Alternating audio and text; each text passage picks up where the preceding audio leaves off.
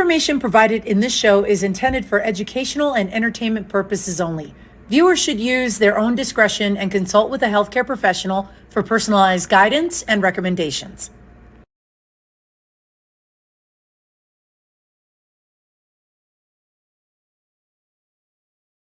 Hi, everybody, and welcome to the Health Revolution. I'm your host, Adriana Morrison. Our show is about engaging conversation, elevating health and wellness, and empowering transformation. So it's a lot more than what meets the eye. And we're so glad that you're here. So no matter which way you're tuning in from, don't forget to hit the subscribe button. We would love to stay connected with you. Also, as we are moving through today's show, remember that at the bottom of the screen, you're going to find show notes and relevant information, some incredible takeaways that allow you to reference later on and go from there. So with that, we've had, this has been an incredible season so far. We're meeting some amazing people who are impacting the space that allows us to grow in so many different ways. And as we're doing this, we get the impression that there's going to be some challenges through life. And sometimes we find ourselves struggling. So the tools that we need to be set up for success are the ones that are going to have so much value. And this is why today's guest is important for us to tune into, because we've got some incredible information that we're going to learn about today. So in the space of healing, my guest today is Dr. Marcia Martin, and she's also known as the Heart Healer. So she is a spiritual empowerment counselor. She's a metaphysical minister, a best-selling author, a public speaker, and she's also a clairaudient angel communicator who specializes in helping people heal relationships with themselves. And so she truly believes by healing the heart of all past pain and trauma, we're going to be able to establish and maintain healthy relationships within us. And then that way we can lead a successful life. So she's dropping a ton of information today.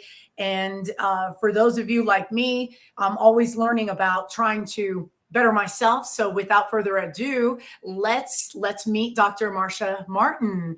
Dr. Marcia, how are you? Hi, Adriana. Delighted to be here. I'm doing incredibly well. Thank you.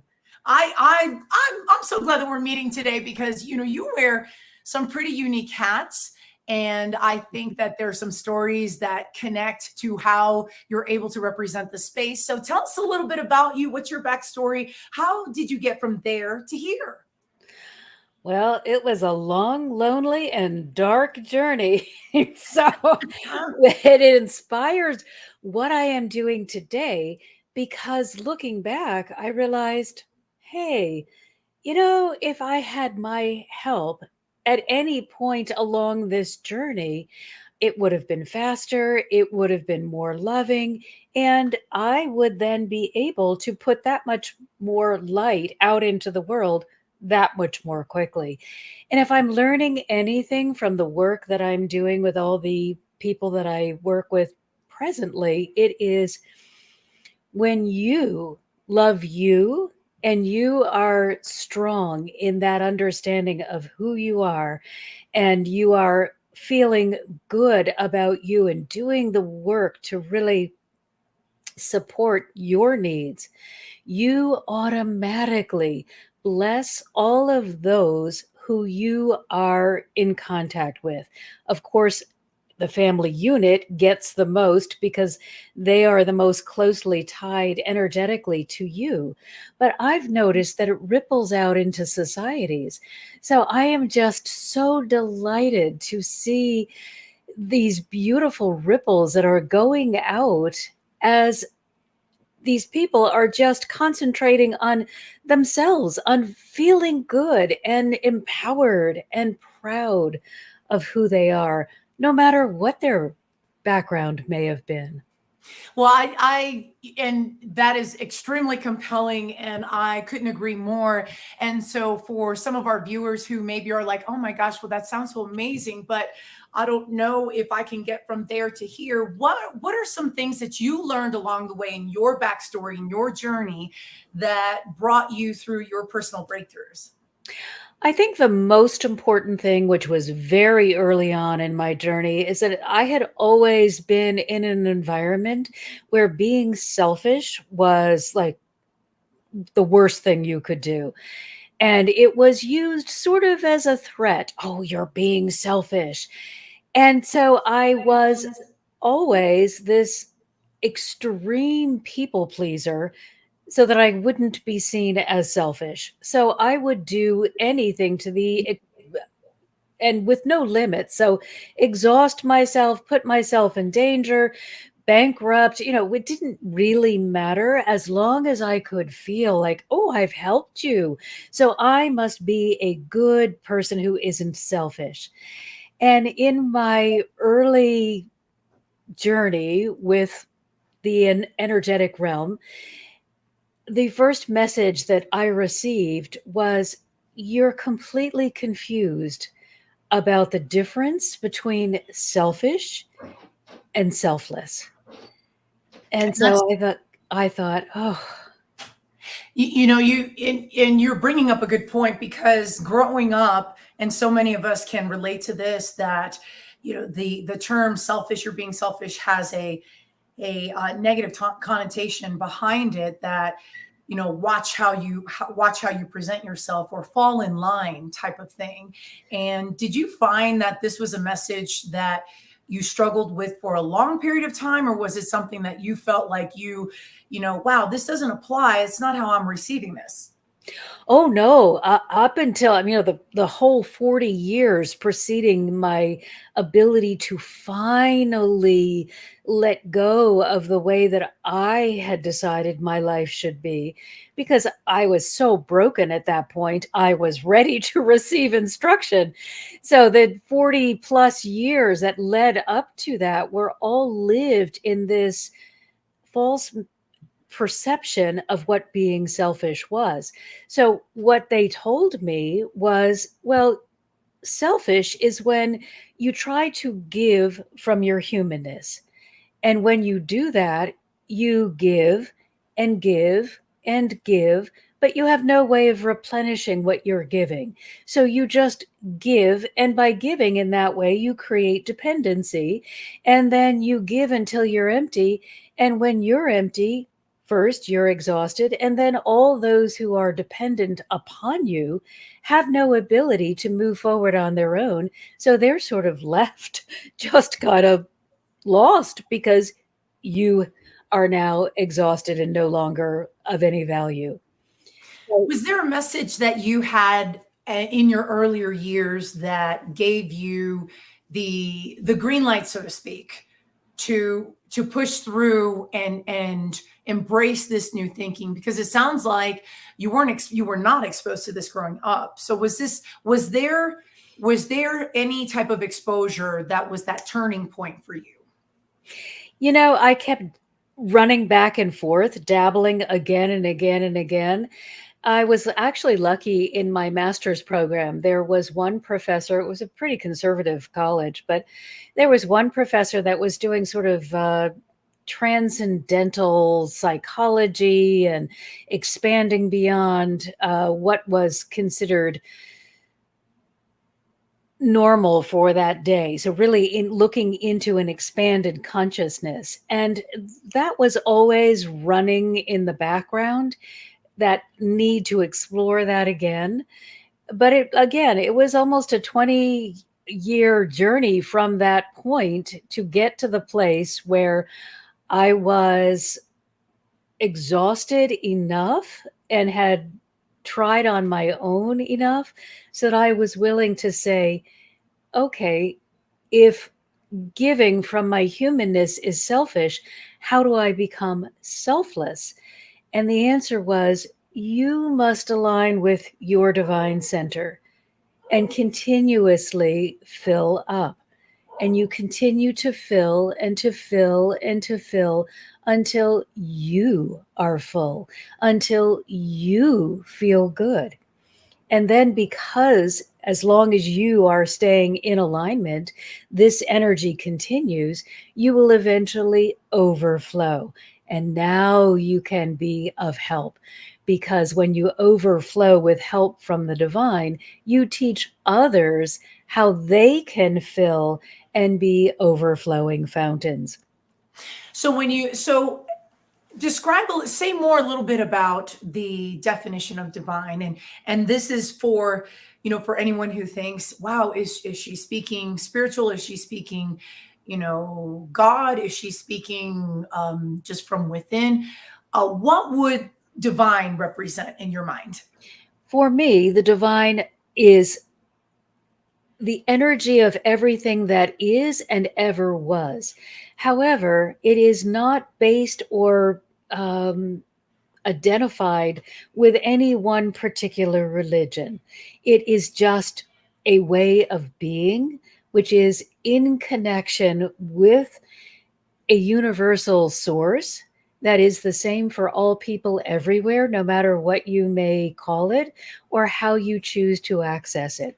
For me, I access it through the energetic heart center, the heart chakra, but there is no right way or wrong way. There is only the desire to communicate with a source that is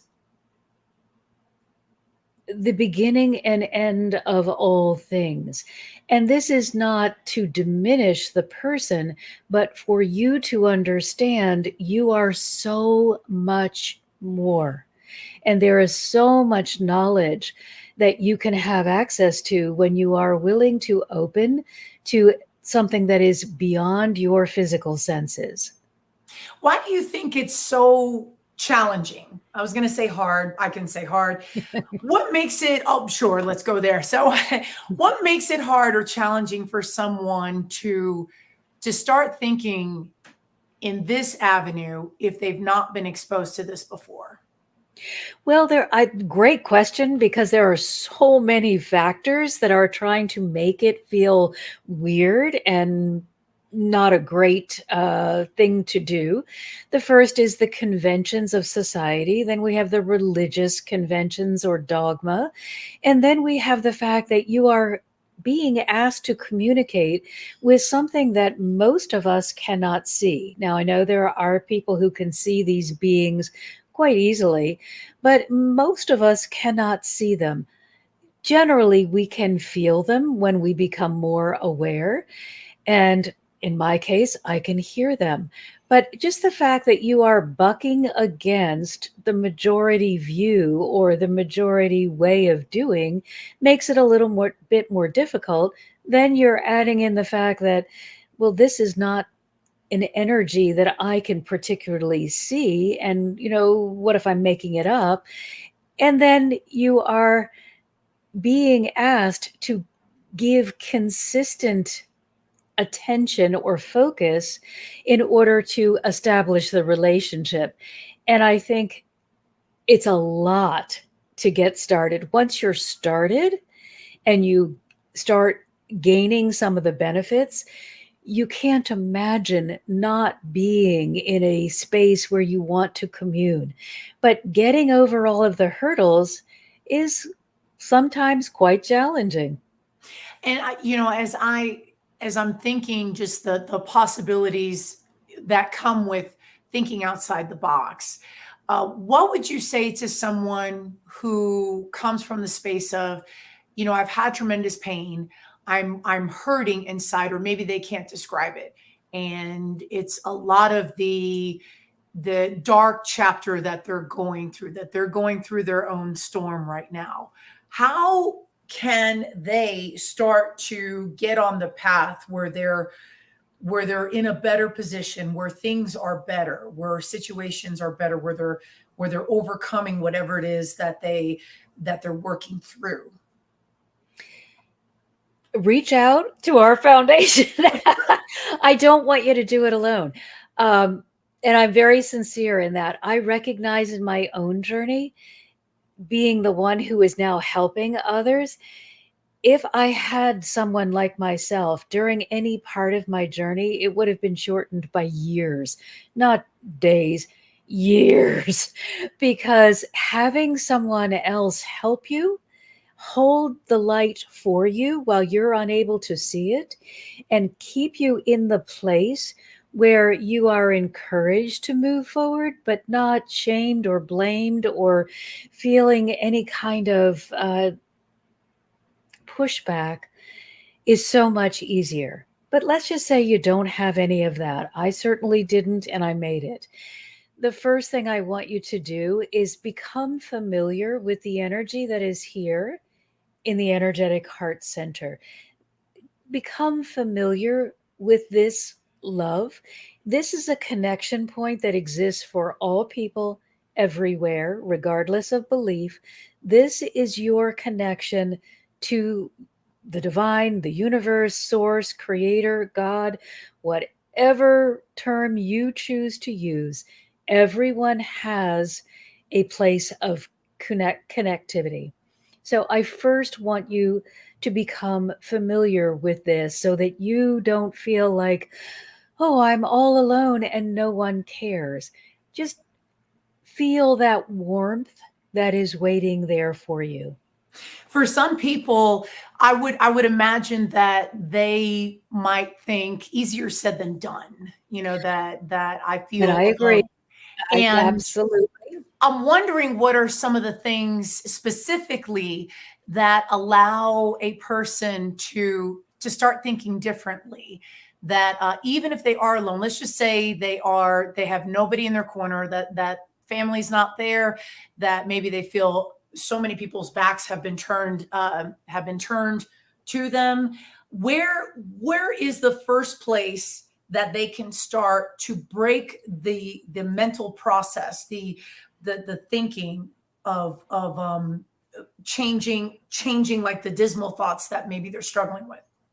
Well, I want you to do it in two parts. So the first thing is to understand that your connection is here and not here. And again, I did it backward. I thought that if I could change my thoughts, then my world would reflect a lighter, brighter me.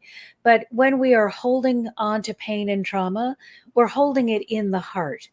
So you can tell yourself, I'm having a great day. But if your energetic self is heavy and weighed down, you are not going to be projecting out into the universe the energy of, oh, I feel great. You're going to be, and that's what you are going to use as your language of communication. So we need to understand that no matter what language you speak, the universe doesn't care. You can say all the pretty words that you want. It is, how are you feeling energetically? What's your emotional temperature? And that's what you need to correct first. So, one of the things I would want you to do is practice, and I have a wonderful little technique for this, but practice taking anything that feels badly. So let's say someone has just broken up with you. Your marriage or relationship is ending, and you feel ugly. Let's say you feel ugly. So I want you to take the ugly feeling and kind of encapsulate it. Really look at it. Oh, it looks like this or feels like this, and really kind of get to be aware of it and know of it. And then consciously say, and now I'm going to release this. I'm going to give this away. I'm going to let it go and just be in the space of nothing for a moment. And now immediately I am going to allow myself to receive a lighter, brighter, better feeling. So I So like what you're saying, the emotional temperature. I don't think I've ever heard that phrase before, and I can automatically visualize what that would look like, especially the fluctuating, the maybe the disconnect, the cold, or the heated, obviously the temperature climbing. So I love that analogy of checking in with your emotional temperature. Do you find that have you found that women tend to move a certain way when we're looking at the centered heart, that this approach, that the connecting from the heart versus, our thought process? Oh, that's really interesting. Well, I find that we as women are generally the caretakers. So when we are taking better care of ourselves instead of putting all of that care into our children and our family and allowing that which was us to become exhausted or depleted, when we are recognizing, when I care for myself, I automatically care for my children and show them how to do it correctly. When we are operating from that way, we move with more freedom. And so, in many cases, it looks more graceful. It certainly looks more confident, but there's just this, I get to be me. I get to be the expression of myself in its essence, and I am instructing all of those around me to do the same. And because I feel so good, I am creating an atmosphere of love and acceptance and inspiration around me. I'm uplifting the energy and those around me. And therefore, others that are going to be attracted to this will also feel that same thing. And so we're constantly helping each other stay in these higher, lighter places because we are moving in this energy of, I love and accept myself. That's such a powerful, powerful message. We're going to take a commercial break. We will be right back here on The Health Revolution.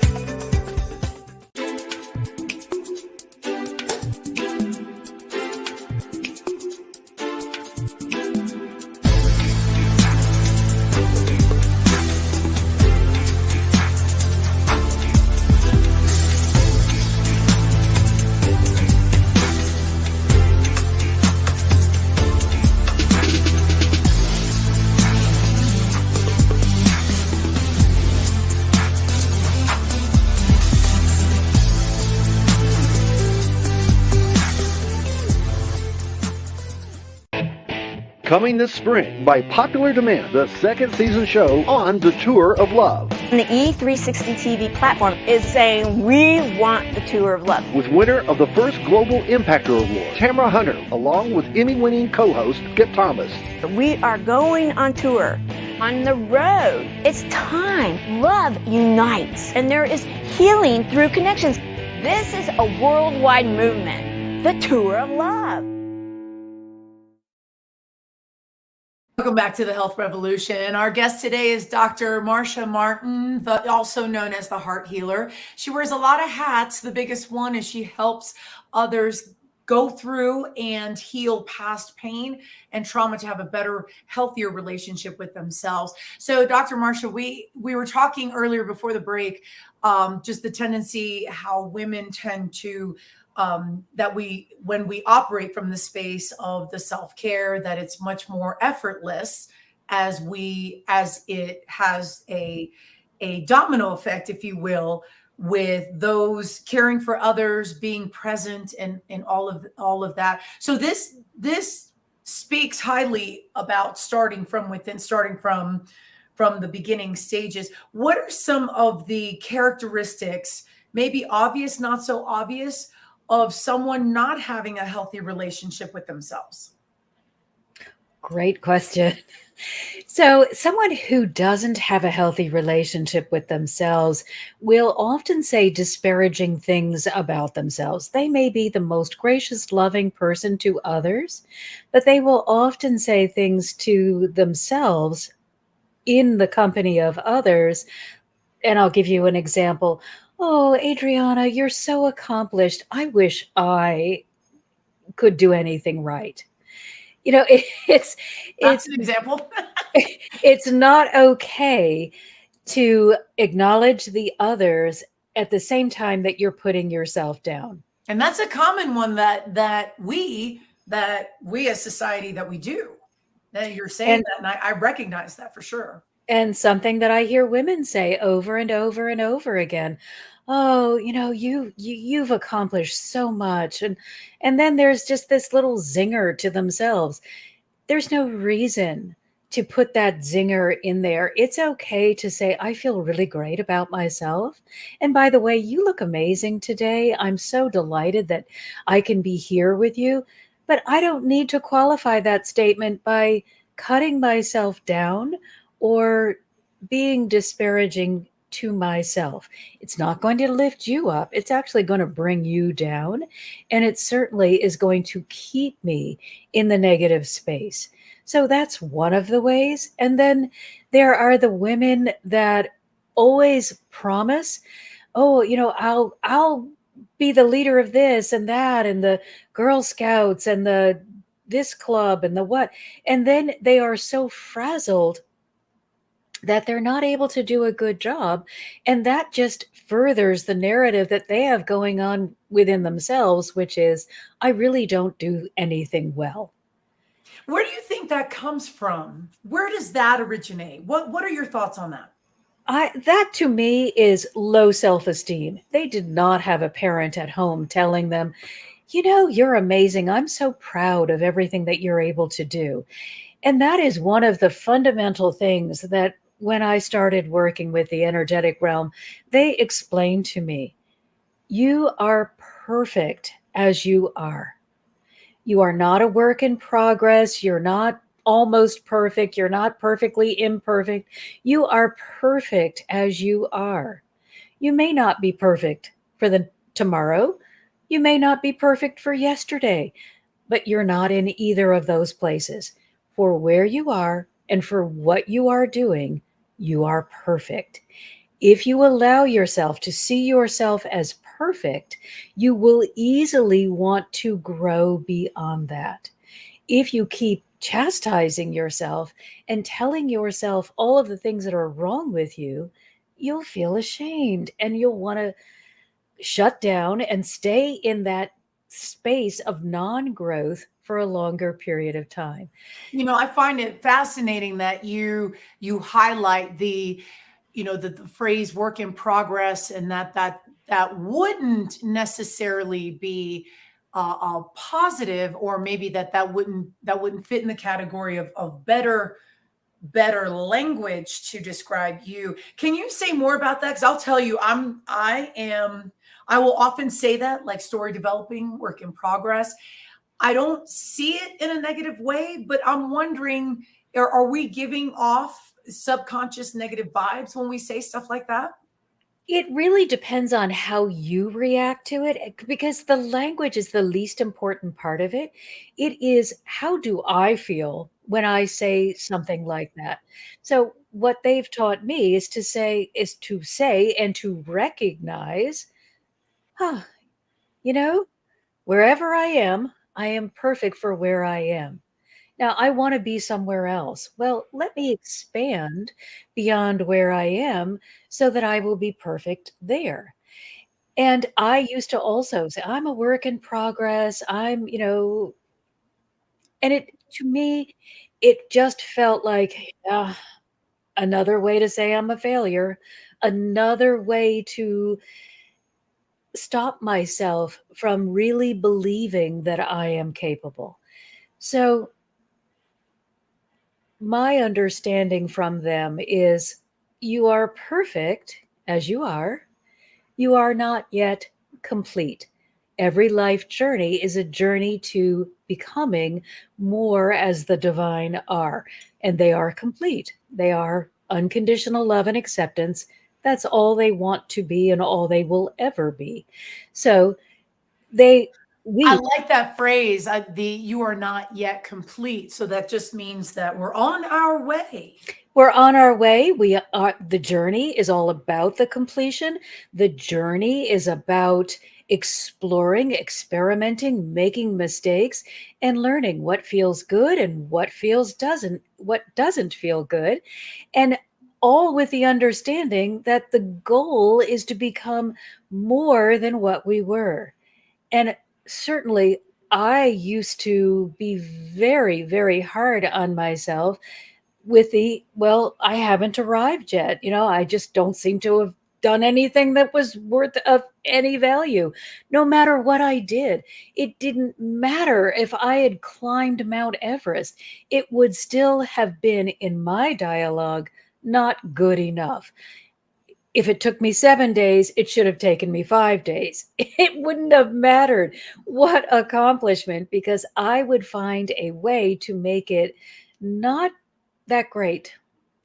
Wow. So we talked about the making disparaging remarks, that's an indicator of an unhealthy relationship, and that could highlight a potentially unhealthy relationship someone has within themselves. What are other characteristics? What are some more obvious and then maybe not so obvious, or that would fall in that category? The overextending, people pleasing,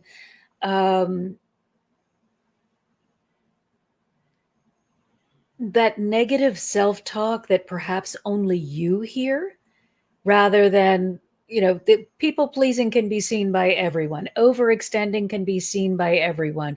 The one who goes to work and is in there early and stays late and uh, has no regard for their self or what the self is truly able to handle, and just pushes beyond any kind of limitation without any regard for their own personal safety. And the overextension, I'm intrigued by that one. A lot of times people will say that, well, to have the work ethic and to excel in the goals I want to hit, I've got to push and power through. How do you split those hairs and make it healthy so that you're not doing, so you're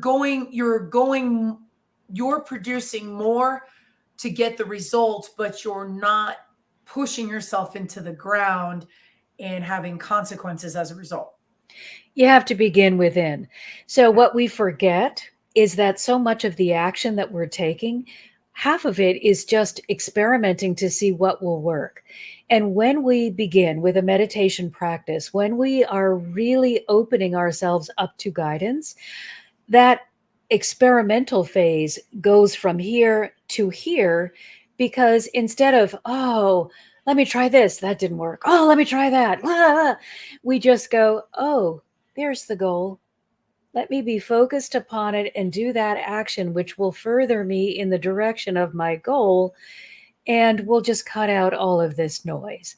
Because if we really were to look back at those times when we were frantically acting, we would see that much of it was action without direction.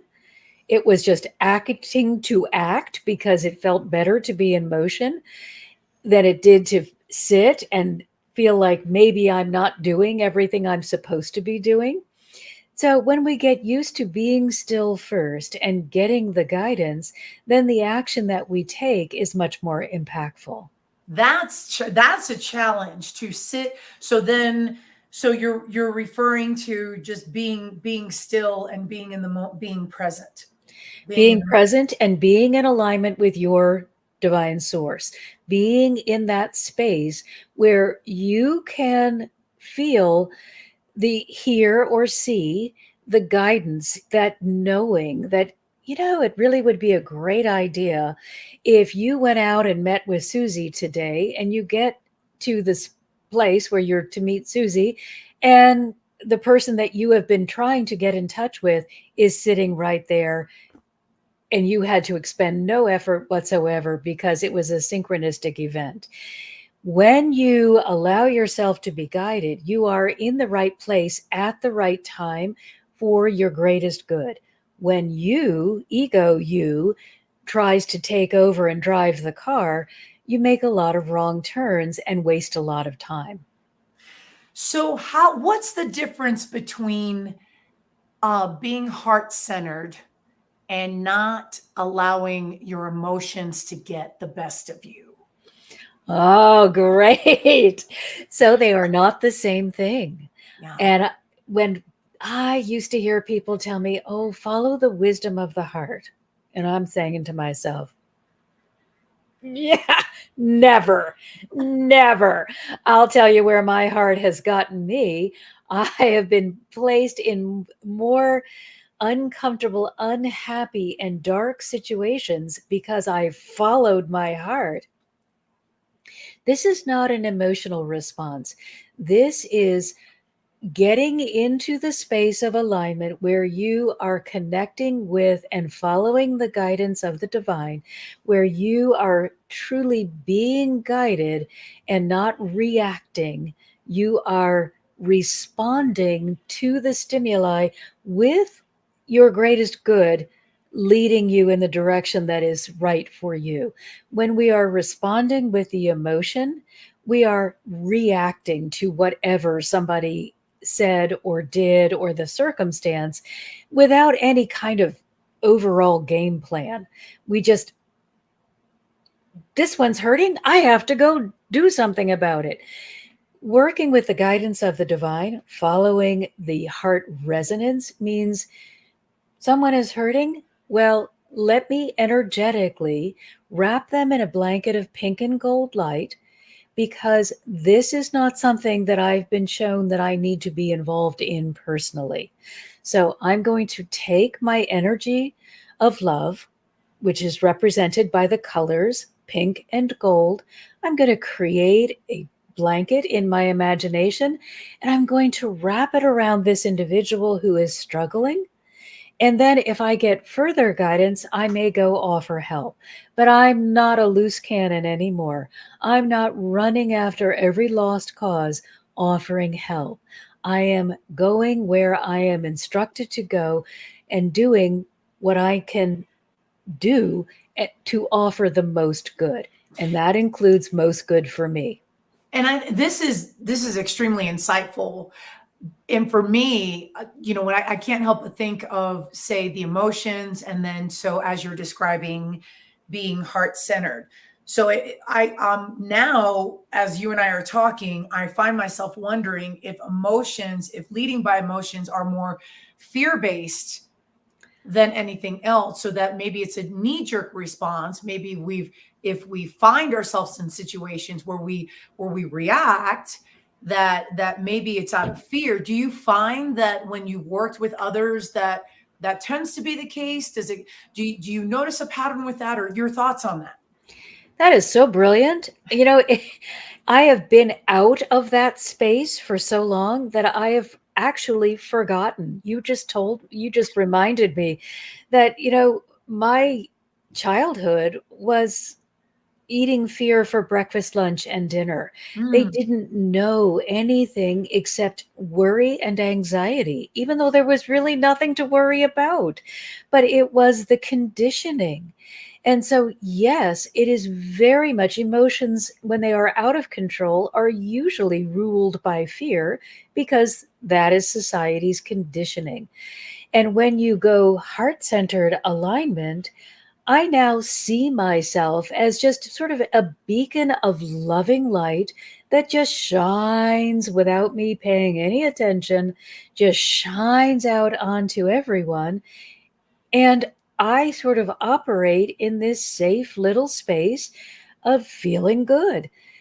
But it's a long way from where I was, where everything had the potential to be hurtful or harmful.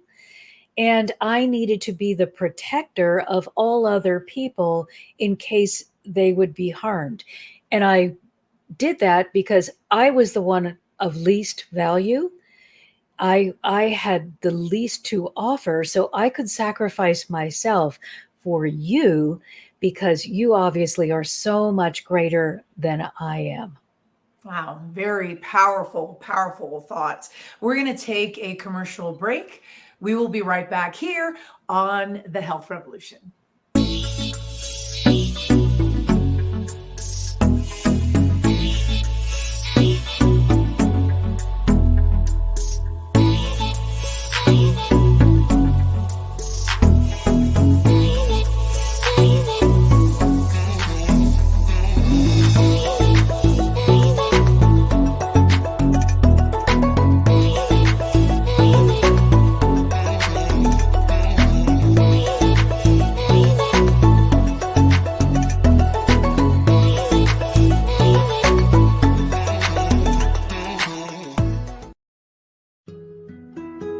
Life is so fragile, and we're constantly reminded just how fragile life can be, especially when we or a loved one is told we have cancer. Cancer survivor myself, I can tell you, we still feel very alone in this journey. There's a study that's been showing that patients who are socially isolated have a worse prognosis, have a worse outcome than patients who are socially interconnected. Buddies for Life is a non-profit cancer support group for those whose life has been impacted by cancer. Humor, hope, heart, and hugs. Humor, hope, heart, hugs, and a whole lot of love. Share this with your friends and family and support this community in every way you can. No one should face cancer alone. I am a chemo buddy for life. We are a buddies network. No one does cancer alone. Be a buddy. And we are all here for you as a community of love. We are chemo buddies for life. And if you've heard 3 words, you have cancer, for yourself or someone else, you belong with us at Chemo Buddies for Life. Healing through connections.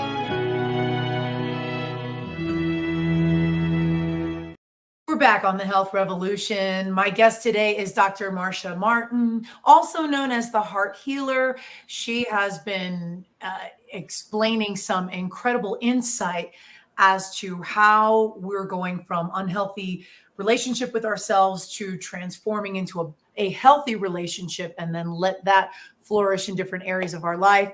And talked a little bit about the angel heart healing technique that you so fondly represent, that space, and say a little bit more about how you help others today. The angels, for me, are best friends, wonderful confidence, and beings that are always there for me that I can rely on completely. But what they showed me is when we are going through these paths of pain, it can be anxiety, depression, low self-esteem, low confidence, suicide, any feeling that is pressing against you, making you feel that for some reason you are not worthy. Or perhaps you are a deeply sensitive person and you take on the sadness of others, or just their general anxiety, or even anger, jealousy, resentment, any of those negative lower emotions. No matter what it might be, you're going to collect them and you store them in the heart space. Now, you would think, well, we would keep it sort of top of mind, but no, we sort of tuck it away. And the heart's job is to be the protector, to keep us alive, to regulate the rest of the systems. And there are actually more neurons going from the heart to the brain than backward. So the heart is saying, okay, this is the way we're going to do this, and we're going to keep you safe. So they bundle up everything you've experienced that has caused you to feel trauma or, oh no, and they say, okay, we're just going to collect this for you because we don't want you to go through that again. So when you are focused or facing that same circumstance, we'll offer you some options. You can freeze, you can fight, or you can fly away. And that way you won't have to re-experience that. But unfortunately, when we are holding these emotions, they hold us prisoner. And the heart then feeds to the subconscious, and the subconscious starts telling us, avoid that, don't do that. You're not smart enough for that. Don't go there. You're going to be disappointed. And we start just really limiting our lives and becoming smaller and smaller and smaller. And yet the pain is often so crushing that you personally going in there by yourself to kind of open that hatch and look in there, it would feel just devastating and overwhelming. And you probably would be consumed by all of the energy that is there. And that's where the angels come in. So they come in to be the buffer between you and the experience. And they are just beings of unconditional love. So they flood your being with unconditional love. And they then say, okay, let's go look at this area. And it's incredible. I've never heard that technique before. I love how you're extremely you're emphasizing you're emphasizing love and support and just the embracing of someone, and especially for anybody going through trauma, any type of challenges that would obviously be the area that they've been deficient in, that they've not been exposed to that type of support. Do you help? Do you just help within your space, or how far does your outreach go? We counsel via Zoom, so we are open to anyone, anywhere. And we have now changed it so it is a foundation, and we can see people. It is pay what you can, even if it's zero, because we believe that you are more valuable than the number in your bank account. So just to be clear, so the space that you're in, it's the Healing Hearts Foundation. Is that Yeah. right? Yes. Okay. And then talk a little bit more about what you just started. So you're reaching out, and now it's in the virtual space. So do you see some in person, or is it just virtual? No, we've gone to all virtual because people are coming from everywhere, and we feel that we can offer the greatest help by being available to as many people as possible. We might start doing some workshops and classes that are in person, but most of the counseling is via Zoom. Okay. So then the first step that somebody does, if they're, say, viewers are tuning in and they're leaning in and are loving the message and feeling like, this could really help me, what are some of the first steps that someone learning about Healing Hearts Foundation can do to get things rolling and to tap into your resources and services? On our website, we have a form that you fill out that just lets us know kind of where you are in the process, what you've tried before, what hurdles that you are wanting to overcome. And then we usually set a time to talk. And if the schedule doesn't permit, then we'll offer you a group. We do this as groups.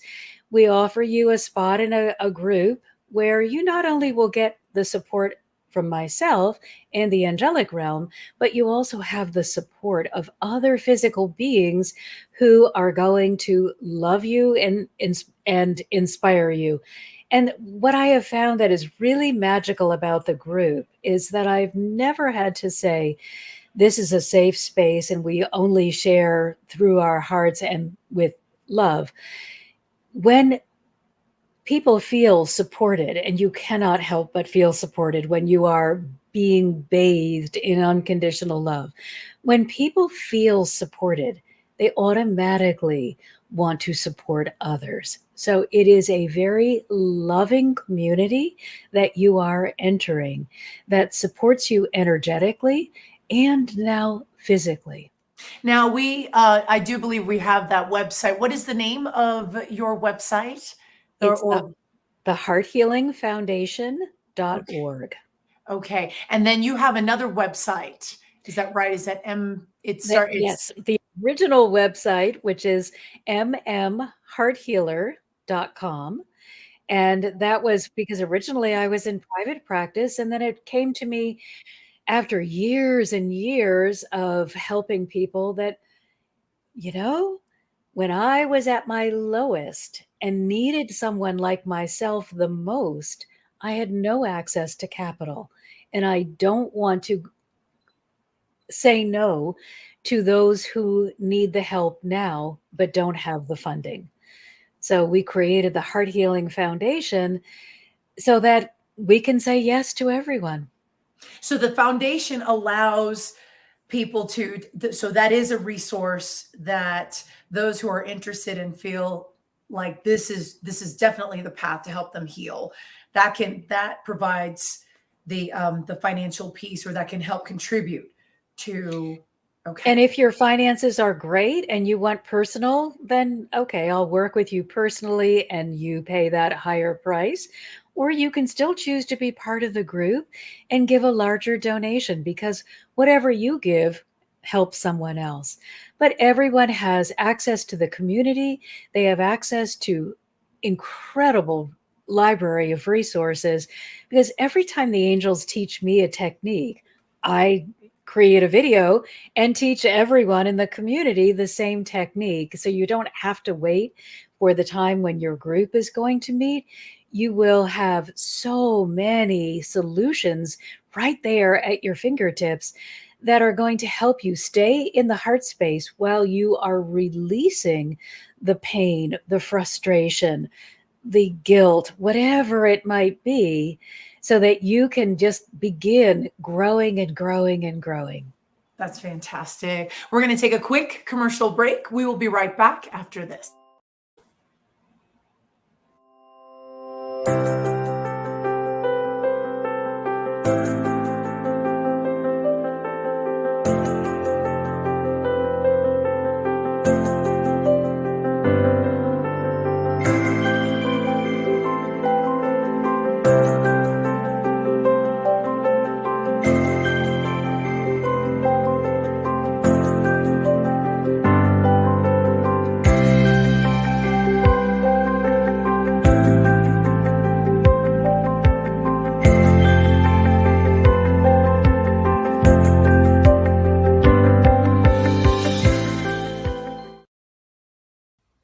Jeff Pearson here, host of Invisible Condition, where we talk about all the people who are living and thriving with all those conditions that you can't necessarily see from the outside.